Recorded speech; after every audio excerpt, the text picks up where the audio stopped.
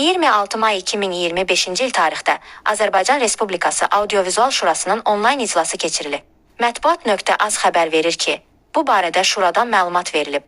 Bildirilib ki, ARB televiziya kanalının efirində 21 may 2025-ci il tarixdə yayımlanan Elgizlə İzlə proqramı zamanı səsləndirilən fikirlər müzakirə olunub. Qeyd olunan proqramda kişi-qadın, ailə münasibətləri mövzusunda müzakirələr zamanı aparıcı və qonaq tərəfindən qadını özbaşına buraxmaq olmaz. Bunu qadınlar özləri də etiraf edirlər ki, qadını ki öz başına buraxdın, evin yıxıldı. Qurtardı. Ümumiyyətlə deyirlər ki, qadını tanımaq üçün qadına pul vermək lazımdır və bir də azadlıq vermək lazımdır.